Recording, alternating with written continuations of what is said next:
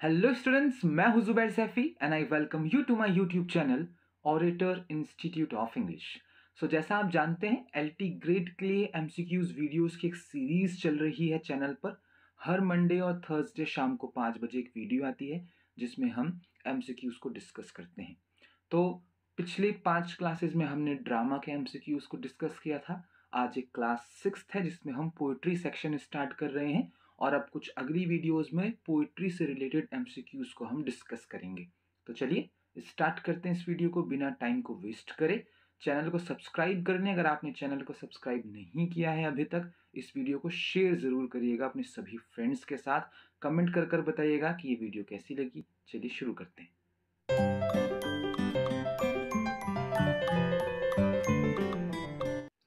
So question number 1 है, when did Milton write his sonnet on his blindness. Milton ने on his blindness कब लिखी थी अपनी ये सोनेट?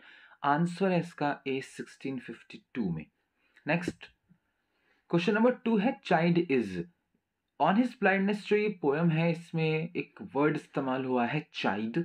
चाइल्ड का मीनिंग होता है डांटना, स्कॉल्ड। ए इसका आंसर होगा। तो एंटोनिम सिनोनिम में पूछा गया था एक बार एक एग्जाम में, तो चाइल्ड का मतलब स्कॉल्ड यानी कि डांटना। क्वेश्चन नंबर 3 देखिए, what type of sonnet is on his blindness. On his blindness किस तरह की एक सोनेट है? तो आंसर है इसका पेट्राकन टाइप। ये एक पेट्राकन टाइप सोनेट है। पेट्राकन जो है ये फ्रांसिस्को पेट्राक के नाम पर जो से बना है ये नाम जो है, और सोनेट होती है और कोर्स ऑफ द टाइम में डेवलप हुई है और 2 पार्ट्स में डिवाइडेड होती है। 14 लाइनें होती है जिसमें पहला पार्ट 8 लाइनों का होता है जिसे ऑक्टेव बोलते हैं, और आखिरी 6 लाइनें जो है वो सेस्टेट कहलाती हैं। तो ये पेट्राकन टाइप की एक सोनेट है on his blindness. Question number 4, that one talent, what is the double meaning of talent. एक लाइन है ऑन हिज ब्लाइंडनेस के अंदर, दैट वन टैलेंट का इस्तेमाल किया गया है। यहां पर टैलेंट का क्या मतलब है? दूसरा मतलब क्या है टैलेंट का? टैलेंट का मतलब आप जानते हैं क्या होता है, ठीक है, स्किल, टैलेंट। तो वैसे क्या मतलब है यहां पर? तो इसका मतलब है, ए इसका आंसर है, टैलेंट मीन्स गिफ्ट। यहां पर टैलेंट का मतलब कवि के अकॉर्डिंग गिफ्ट से है, उपहार से है, खासतौर से पोएटिक गिफ्ट से है, साहित्यिक उपहार से है जो ईश्वर ने उसे दिया है। उसके पास एक ही टैलेंट है, एक ही गिफ्ट है ईश्वर के द्वारा कि वो कविताएं लिख सकता है, ठीक। और डर है कि अंधे होने के बाद उससे वही टैलेंट जो है वो उसके पास से जा रहा है, वो उसका इस्तेमाल नहीं कर पा रहा है। Question number 5, which is death to hide. उसी के आगे जुड़ता है that one talent which is death to hide. यहां पर मिल्टन का कहने का क्या मतलब है? आंसर इसका सी है, टू हाइड द गिफ्ट और to keep it useless it death to him. कि वो गिफ्ट जो है उसका, वो उससे छिप रहा है, वो उसका इस्तेमाल नहीं कर पा रहा है, और अगर वो इस गिफ्ट का यानी वो कविताएं नहीं लिख पाएगा तो वो उसके लिए मौत के बराबर होगा।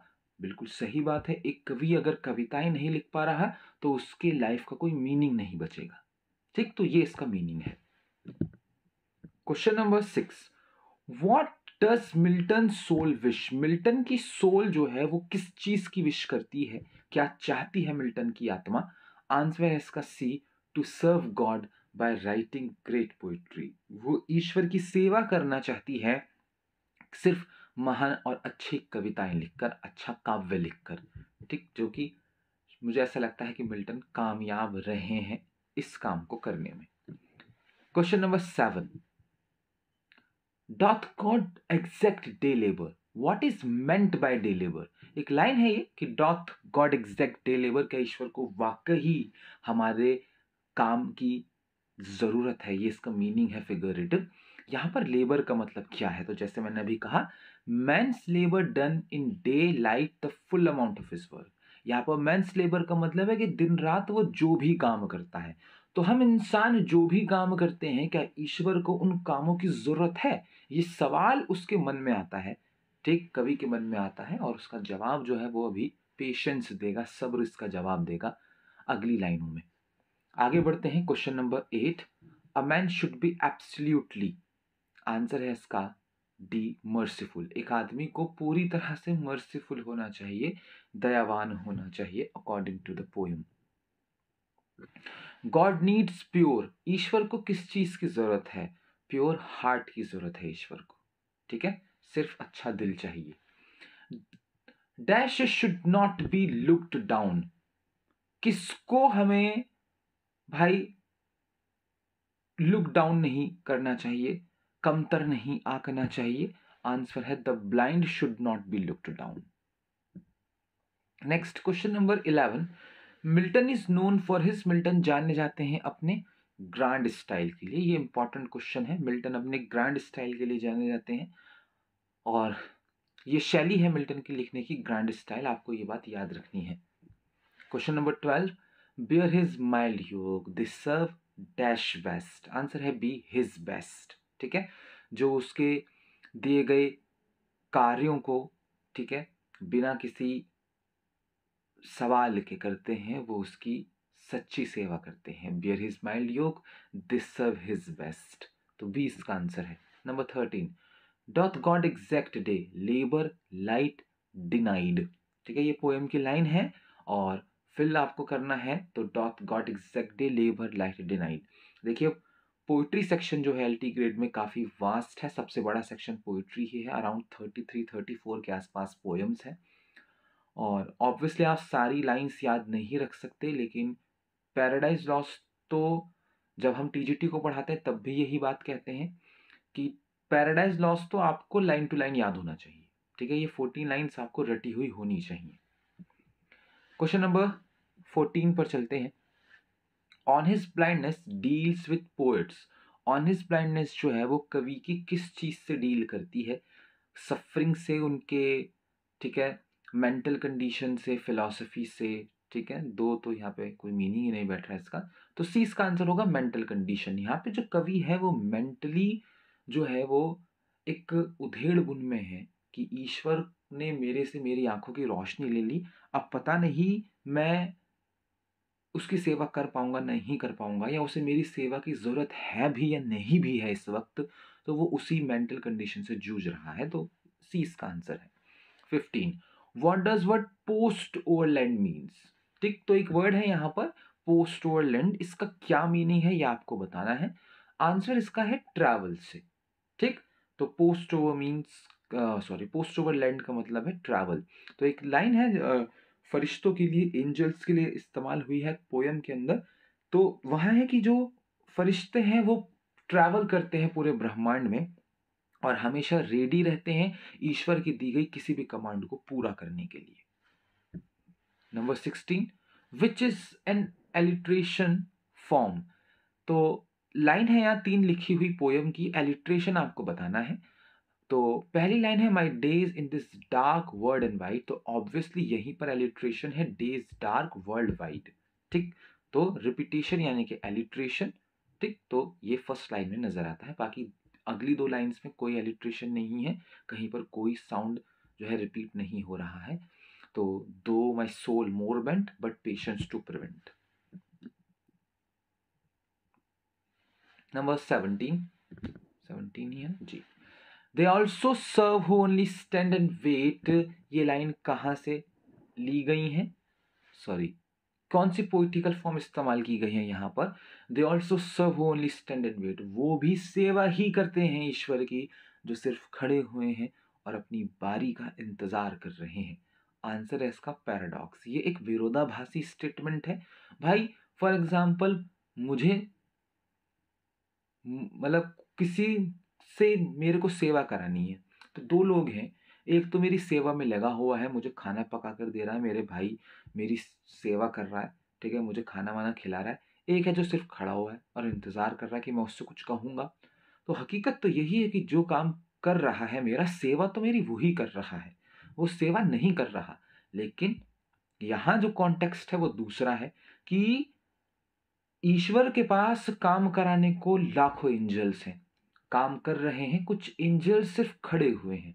जो सिर्फ खड़े हुए हैं और अपनी बारी का इंतजार कर रहे हैं, इसका मतलब ये नहीं है कि वो ईश्वर की सेवा नहीं कर रहे, वो भी ईश्वर की सेवा में ही है। ये पैराडॉक्सिकल स्टेटमेंट है, ये एक विरोधाभासी स्टेटमेंट है। Number 18, though my soul more bent to serve therewith my maker is in which literary form. यहां पर लिटरेरी फॉर्म बताना है, तो though my soul more bent to serve therewith my maker. तो यहाँ metaphor है, विशेषण दिया जा रहा है ईश्वर को, माई मेकर कहा जा रहा है, ठीक है, मेरे बनाने वाला, निर्माण करता, ठीक है। तो पर्सोनिफिकेशन नहीं है, कोई किसी भी चीज का मानवीकरण नहीं हो रहा, ठीक है, सिमली नहीं है, कहीं एज लाइक नहीं आ रहा, एलिट्रेशन नहीं है, कोई चीज रिपीट नहीं हो रही है, ठीक है। तो एग्जाम में एलिमिनेशन का रूल बोलते हैं भाई से, अगर आपको सही आंसर नहीं आ रहा एग्जाम में तो गलत आंसर को छांटना शुरू कर देते हैं, ठीक है, तो आंसर पकड़ में आ जाता है। ये एक सिंपल सा लॉजिक होता है एग्जाम में किसी भी क्वेश्चन को सॉल्व करने का। Number 19, which line has personification and metaphor, कौन सी लाइन ऐसी है जिसमें आपको पर्सोनिफिकेशन भी नजर आ रहा है और मेटाफर भी नजर आ रहा है, ठीक है।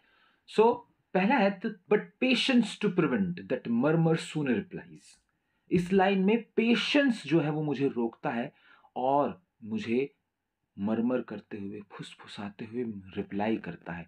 तो पेशेंस यानी कि सब्र, ठीक, सब्र एक एब्स्ट्रैक्ट आइडिया हो गया, अब वो रिप्लाई कर रहा है, सब्र आपको जवाब दे रहा है, तो ये तो मानवीकरण हो रहा है, ये तो पर्सोनिफिकेशन है और मेटाफर भी है ऑब्वियसली, ठीक है। But patience to prevent that murmur soon replies, आप विशेषण दे रहे हैं, एडजेक्टिव दे रहे हैं, ठीक है, तो ए इसका आंसर होगा। Question number 20, what does word fondly means here, यहां पर फॉन्डली का क्या मीनिंग है। तो इस पोयम में एक वर्ड आ रहा है फॉन्डली, उसका मीनिंग है फुलिशली या अनवाइजली, ठीक है, यानी बेवकूफाना तरीके से, तो डी इसका आंसर होता है। 21 पर चलते हैं, what is the rhyme pattern of Milton on his blindness, तो राइम पैटर्न बताना है तो आंसर तो पता लगाना आसान है, 14 लाइन्स की पोयम है, 14 भाई लेटर होने चाहिए राइम स्कीम में, तो वो किसी में है नहीं सिवाय डी में, तो A B B A C D E, वैसे भी ये याद होनी चाहिए आपको, पेट्रार्कन सोनेट की फॉर्म है। 22, what is personified in the poem, poem में किसी को मानवीकरण किया गया है, अभी पीछे लाइन आई थी हमने बताया था पेशेंस को, सब्र का मानवीकरण हुआ है, सब्र जवाब देता है, पेशेंस जवाब देता है, ठीक है, हमारे कवि को, ठीक, और उसके सवालों का जवाब देता है। 23, John Milton is known as, John Milton जाने जाते हैं प्यूरिटन के रूप में, चौसरियन पोएट के रूप में, या एलिजाबेथन पोएट के रूप में, या न्यू क्लासिकल पोएट के रूप में, तो ये एक प्यूरिटन के रूप में जाने जाते हैं। अब ये प्यूरिटन्स कौन होते हैं, ऑब्वियसली इस पोयम इस वीडियो में समझाएंगे तो वीडियो की लेंथ हो जाएगी लंबी।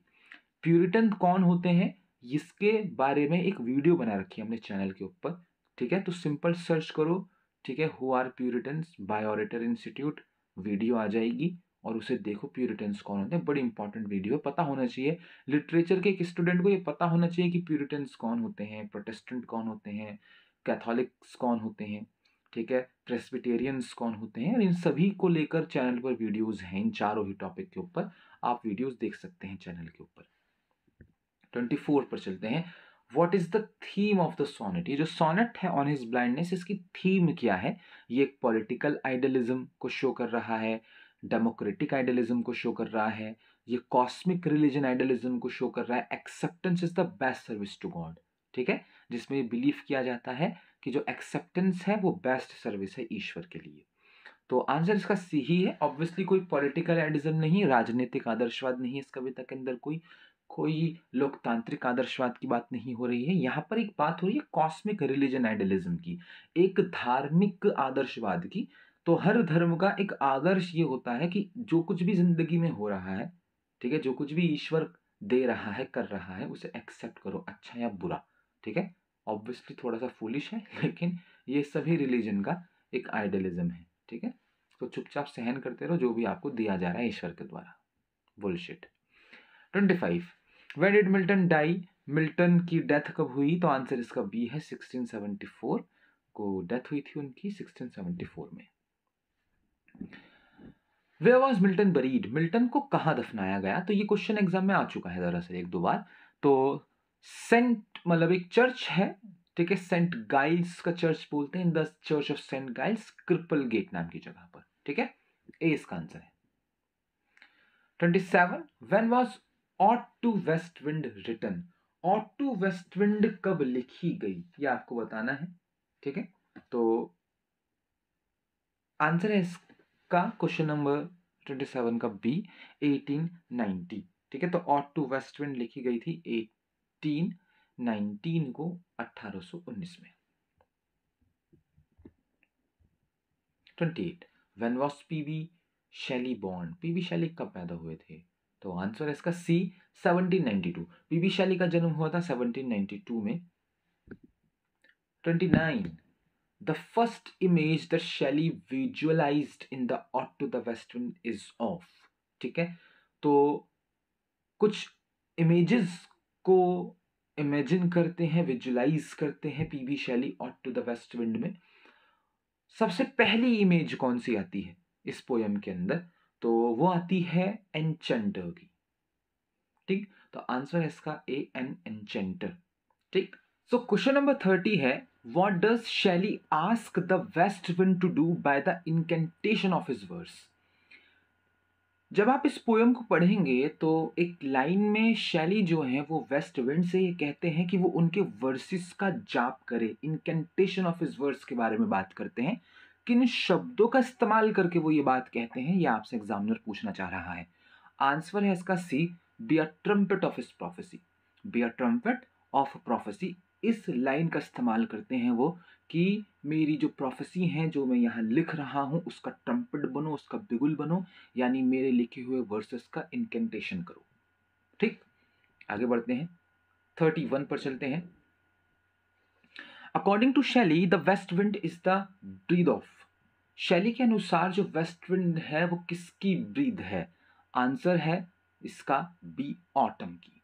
ठीक है, तो उसे ऑटम की ब्रीथ मानते हैं, ब्रीथ ऑफ ऑटम कहते हैं वो वेस्ट विंड को। बस ये आपको याद रखना है कि किस मौसम की ब्रीथ कहा है वेस्ट विंड को। 32 ode to the waste wind is written in, ode to the waste wind जो है वो किस में लिखी गई है? वो टारज़रीमा में लिखी गई है। ठीक है, टारज़रीमा में लिखी गई है, या बैलेड में लिखी गई है, मॉक एपिक में लिखी गई है, या आयम्बिक पेंटामीटर में लिखी गई है, ये आपको बताना है। सो आंसर इसका है ए, टारज़रीमा। तो odd to the waste Wind terza rima में लिखी गई है। फिर टारज़रीमा क्या होता है? टारज़रीमा उस पोयम को बोलते हैं जो कंपोज की जाती है आयम्बिक टर्सेट्स में। अब ये आयम्बिक टर्सेट्स का क्या मतलब है? आयम्बिक टर्सेट्स का मतलब है 3 लाइन ग्रुपिंग्स, यानी 3 लाइनों की ग्रुपिंग में ये पोयम लिखी जाती है। ठीक है, फॉर एग्जाम्पल मान लीजिए किसी पोयम की 3 लाइनें हैं और उसकी राइम स्कीम है ए बी ए। ठीक है, इसकी खासियत ये होती है टारज़रीमा की कि जो इसकी मिडिल लाइन की राइम स्कीम होती है, अगली जो ग्रुपिंग होती है उसकी पहली लाइन की राइम स्कीम वहीं से शुरू होती है। मान लीजिए जो पहली 3 लाइनें हैं उसकी राइम स्कीम है, मैंने कहा कि ए बी ए, तो अगली जो 3 लाइनें होंगी उसकी जो राइम स्कीम होंगी वो बी से शुरू होगी। बी बी सी बी मान लीजिए, अब बीच में सी आ रहा है तो अगली जो 3 लाइनें होंगी वो सी से शुरू होंगी। ठीक है, सी डी सी। अब बीच में डी आ रहा है तो अगली जो लाइन होगी वो डी से शुरू होगी, डी। ठीक है, डी ई डी। अब बीच में ई आएगा तो अगली लाइन ई से शुरू होगी।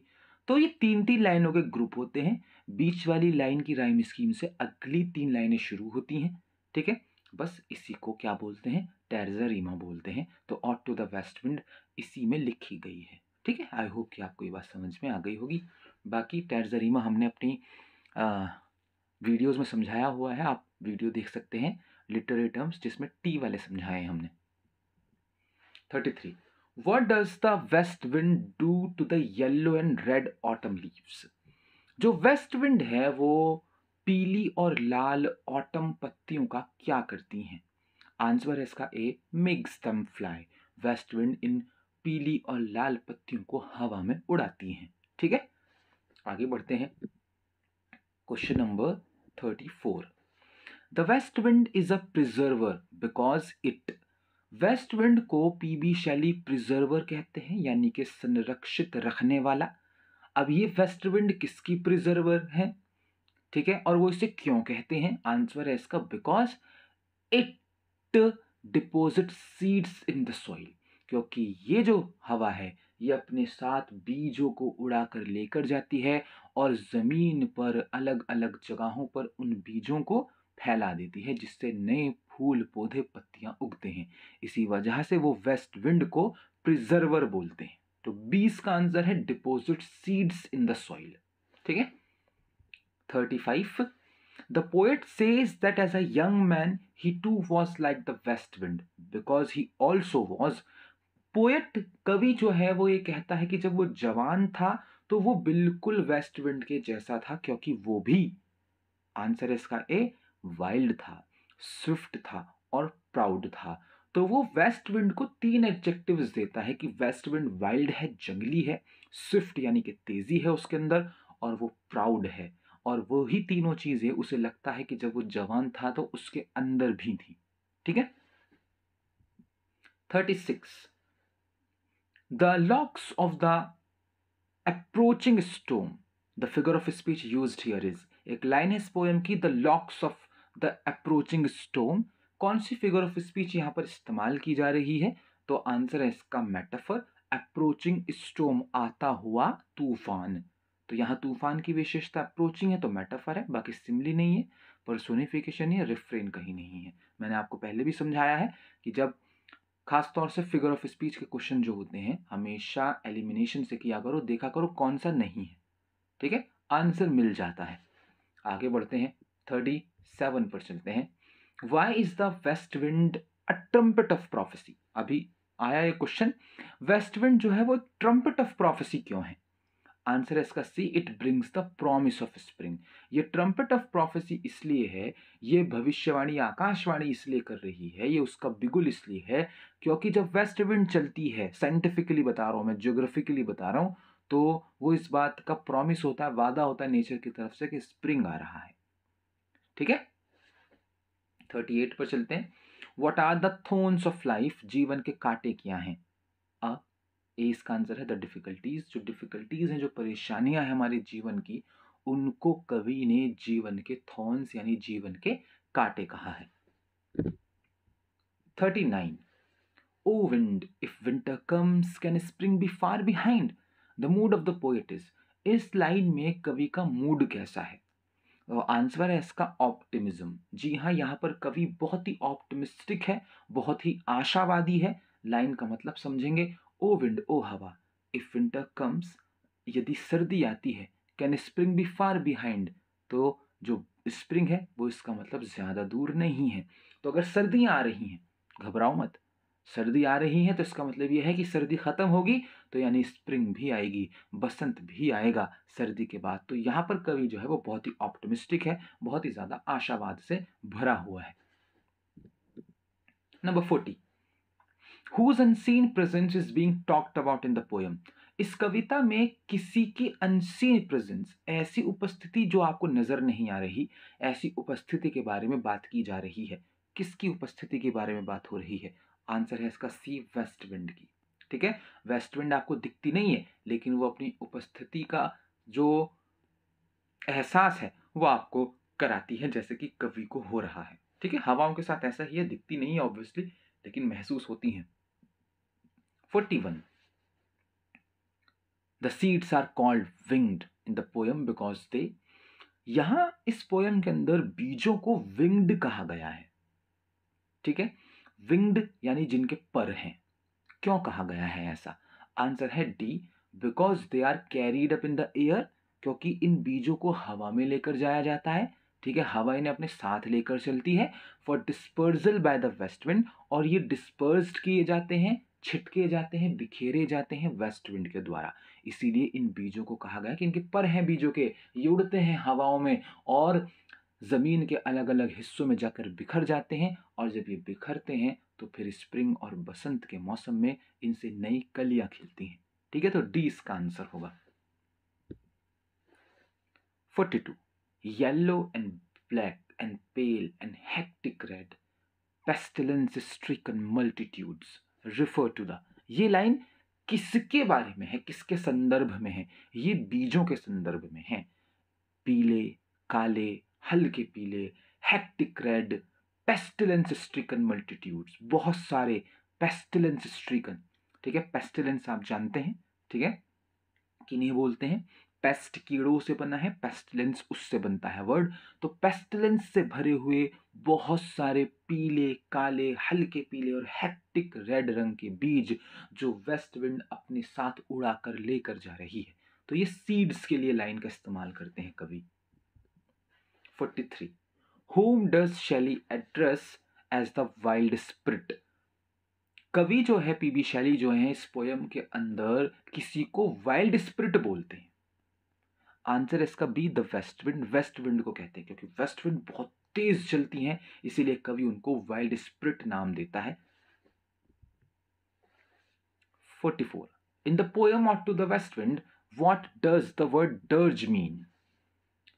इस पोयम में एक वर्ड इस्तेमाल हुआ है डर्ज, इसका मतलब क्या है ये आपको बताना है। आंसर है इसका A, a song sung for a dead person. इस पोयम में ही नहीं, डर्ज का मतलब ही ये होता है उन गीत को बोला जाता है जो मरे हुए व्यक्ति के लिए गाए जाते हैं, और डर्ज मोस्ट प्रोबेबली कब्र पर गाए जाते हैं। ठीक है, तो उन्हें डर्ज बोलते हैं। ये लिटरेरी डिवाइस भी है, एग्जाम में ये वन वर्ड सब्स्टिट्यूशन के तौर पर भी पूछा जाता है। 45. Whom did the west wind awaken? West wind ने किसको जगा दिया था? आंसर है द ब्लू मेडिटेरियन। ठीक है, जो नीला भूमध्य सागर है उसको जगा दिया था वेस्ट विंड ने। ठीक है, तो इस वीडियो में हम ये 45 क्वेश्चन से ही रखेंगे। नेक्स्ट वीडियो में 46 क्वेश्चन से आगे के डिस्कस करेंगे। ठीक है, तो मिलते हैं आपसे नेक्स्ट वीडियो में। तब तक के लिए आप इस चैनल को सब्सक्राइब कर लें, वीडियो को लाइक कर दें, कमेंट करें, कुछ भी करें लेकिन कमेंट करें कैसी लगी, अच्छी लगी, बुरी लगी। ठीक है, और क्या वीडियो लेकर आए नेक्स्ट एलटी ग्रेड के लिए। बाकी बैचेस बने हुए हैं एलटी ग्रेड के और टीजीटी के, आप ज्वाइन कर सकते हैं। बस एक चीज़ है जो मुझे आपसे कहनी है कि आप लोग पूछ रहे हैं टीचर से, मुझसे, बाकी के टीचर से कि कब आएंगी कब आएंगी कब आएंगी, आएंगी या नहीं आएंगी। तो लिटरली मैं तो थोड़ा सा इरिटेट हो जाता हूँ इस क्वेश्चन से। तो पहली बात तो यह है कि ऑब्वियसली आएंगी। ठीक है, क्योंकि ऐसा तो नहीं है कि सरकारी स्कूल बंद हो गए, टीचर्स पूरे हो गए, कमी नहीं है टीचर्स की। तो टीचर्स की कमी है 5 लाख, तो भर्तियां तो आएंगी। कब आएंगी भाई? देखो, कुछ तो हैं, कुछ लोग हैं जो पल पल की खबर देते हैं। ठीक है, यूट्यूब के ऊपर आज ये हुआ, आज वो हुआ, आज ये हुआ, आज वो हुआ, आज ये हुआ, आज ये हुआ। तो वो हमारे बस की नहीं है। ठीक है, वो हम नहीं कर सकते भाई। ठीक है, तो जब भी आएगी आएगी। अब अगर आप सीरियस स्टूडेंट हैं, आपको वाकई ही टीजीटी देना है, एलटी देना है, ठीक है, तो ये मैटर नहीं करता कब आएगी, आप तैयारी करें। अगर आप वही वाले स्टूडेंट है कि भाई आएगी तो ही तैयारी करूंगा, इतने तो मैं किसी और की कर लेता हूँ, ठीक है, तो फिर आप उसकी करिए। ठीक है, जिसकी भी कर रहे हैं। अगर आप नोटिफिकेशन के बाद ही चलने हैं तो फिर पूछो भी मत टीचर से कि वो कब आ रही है। ठीक है, तो आप जो भी तैयारी कर रहे हैं वो तैयारी करते रहिए। बाकी आएगी, कब आएगी नहीं पता। ठीक है, लेकिन जल्दी आएगी ये श्योरिटी है, खासतौर से एलटी को लेकर। टीजीटी को लेकर मुझे ये पता है कि समायोजन होना है 2016 और 2021 वाली का। समायोजन 15 फरवरी तक का अल्टीमेटम है आयोग को, तो 15 फरवरी तक समायोजन होगा। उसके बाद भर्ती की प्रक्रिया आगे बढ़ेगी। टीजीटी के लिए बात कर रहा हूँ मैं, टीजीटी पीजीटी के लिए। एलटी कभी भी आ सकती है। एलटी तो आपको धप्पा ही मारेगी जब भी मारेगी। तो एलटी के लिए तो अगर आप सीरियस हैं कि आप एलटी की तैयारी करनी है आपको, उसके लिए तो वेट ही मत करो। वो तो ऐसा होगा कि अभी आयोग ने कैलेंडर भी जारी किया है, लास्ट कल ही आया है शायद। ठीक है, तो उस कैलेंडर में कुछ आरक्षित डेट्स उन्होंने दी है, रिजर्व डेट रखी है एग्जाम की। उसमें एलटी तो लिखा नहीं है, लेकिन मोस्ट प्रोबेबली है कि वो 5वें और 6ठे महीने में जो डेट खाली है आयोग की एग्जाम की, उसमें एलटी कहीं पर भी हो सकता है। तो मैं ये मानकर चल रहा हूँ कि शायद मई में आपका एलटी हो सकता है। ठीक है, टीजीटी जैसे मैंने कहा जो मुझे पता है, बस मुझे इतना पता कि समायोजन होना है 2016 और 2021 वाली का। समायोजन के बाद भर्ती की प्रक्रिया आगे बढ़ेगी। तो ये मत पूछो टीचर से आएंगी या नहीं आएंगी। अरे आएंगी, क्यों नहीं आएंगी? ठीक है, बंद थोड़ी हो गए स्कूल, सरकारी स्कूल, तो भर्तियां तो आएंगी। अब कब आएंगी वो एक वो होता है। ठीक है, और वो मैं आपको पागल नहीं बना सकता, अब ये आएगी, वो तब आएगी, अब आएगी, तब आएगी, तो मुझे नहीं पता कब आएगी। तैयारी करनी है करिए, कोई दूसरा एग्जाम है नज़रों में तो उसकी करिए। लेकिन अगर आप सीरियस ही नहीं भाई मुझे तो टीजीटी पीजीटी देना है, उसी की नौकरी करनी है, तो तैयारी शुरू करो। ठीक है, जो स्टूडेंट पहले तैयारी शुरू कर देते हैं वो स्टूडेंट बहुत आगे होते हैं, जो नोटिफिकेशन के बाद चलते हैं।